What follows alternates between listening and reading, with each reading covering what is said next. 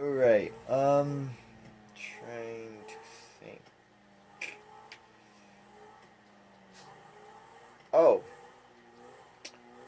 so with calling 911, how you should do it is you go into the RP general text of whatever platform you're on, whether it be 360, make sure you're in the 360 RP channels, and stuff like that. You go to the RP general text, you type in calls 911, then you go to the 911 channel and you wait. If no one answers, you basically emote one of the officers and they'll either let the dispatch know, or if you know who the dispatch is, emote the dispatch.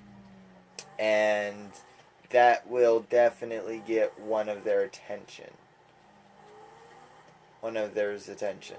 So yeah, don't go into the officers channel because that pretty well ticks them off beyond imagine. Because if they're in there dealing with traffic stops here, situations here, and then you come in and go 911, that yeah, that throws them for a loop, and they're like, wait, what? Because they're sitting here hearing all these identifying numbers of units calling in for things, and then you come in and say 911. They're like, huh? It takes them a while because they're like, what the? So yeah, it's just easier. They'll come in eventually. They'll take your call. Now, if you're waiting for like 10 minutes or like 5-10 minutes, then and only then is it okay to like private DM someone. Hey, I'm calling 911.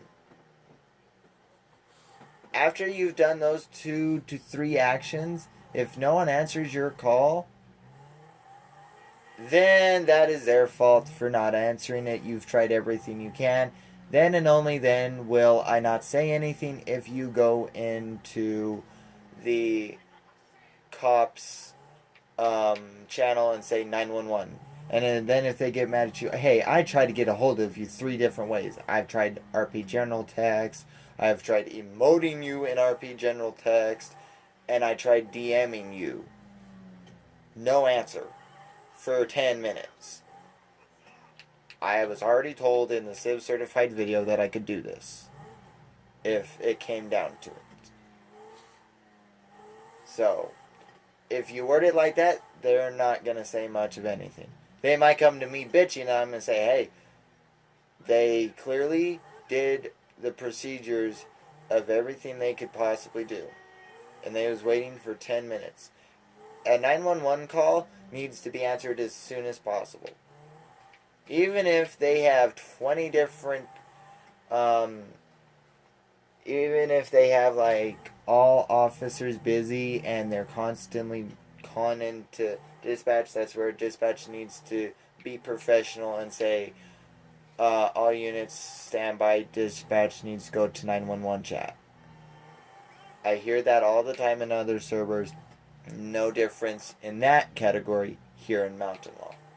So yeah, just kind of putting that one out there. So yeah. Now, like I said, this is probably the second video, so yeah, just kind of be on the lookout for that. We're gonna kind of cover like certain areas, stuff like that. So, really quickly, I'm gonna pull up the map and I'm going to explain a little bit of LEOs and some fire and EMS. So basically, from about here, about right here is the border between Blaine County and the official city border. So basically, police officers, regular city police, can be all around here. And then Blaine County, of course, they kind of overlap a little bit, but they're basically from here, all over here, and they kind of, oh shit, sorry, they kind of overlap a little bit over here. So that's all theirs. Now up here, this little slice right here, pretty much, is, that's where the state, the highway patrol / state trooper has jurisdiction. That's basically where they'll, if you call 911 and you're out in Polito, you're going to get a state trooper that responds to your call. You're not going to get a normal unit. You're not going to get a local unit. You're going to get a state trooper. Now out here, now out in the other two areas, you're more likely to get a local unit unless it involves a traffic, or if the local units are all busy and a state unit is fairly close and they're able to assist on the call, then you might get a local unit. But it's not exactly likely. Now, fire and EMS, that's, yeah, there's multiple firehouses in the city, and then there's one in Polito, and then there's one in Sandy Shores and one in Polito, so, yeah, how that works out is how that works out.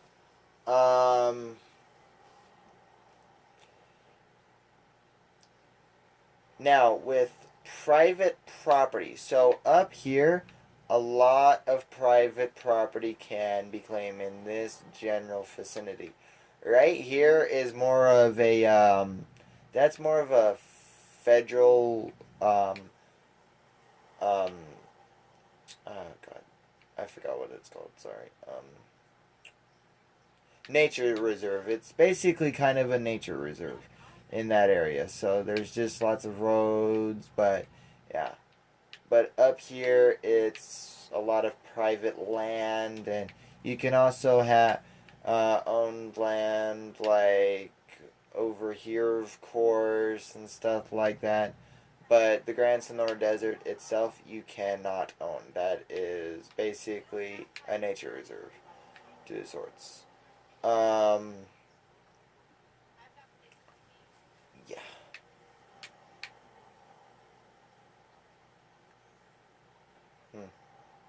Should we go get the high priority vehicle? See what it is? No.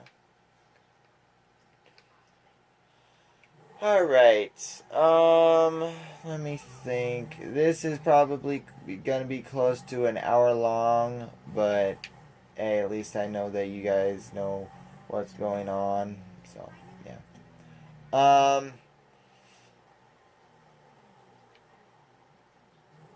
Now, let's say you want to be, so let's say you're a Civ and you want to become LEO or dispatch and stuff like that. You'll have to go through those requirements to get that. For this, of course, you've probably already been told that all you got to do is watch these videos and you're certified. It is longer now because people are, yeah, a little bit more intuitive than I first thought. So I have to be a bit more intuitive myself, which is unfortunate, but it works. So yeah. But long story short, be creative and don't do so many priorities. Oh, actually, that's actually something that I just thought of something I almost forgot. And we are extremely close to one. Thank goodness. Alright. After I get here, I'm going to have to pause the video again real quick. Because I got to... Give me a sec. Alright, guys. Sorry about that again. Alright, so... We're going to go in here, and I'm going to kind of give you basic classes of weapons. So, now these, of course, might change throughout time and stuff like that. So, basically, Class 1 is completely legal. With Class 1, you don't technically have to have a permit. So, Class 2... You have to have a permit for a class 3. You have to have also a permit, if not a permit extension. And class 4, you can have, but it's very difficult to get the permit technically. And then class 5, you cannot have, no matter the circumstance, unless exempt you're military. So yeah. So let's kind of start with the gas can. So this, of course, is not a class because it's a gas can.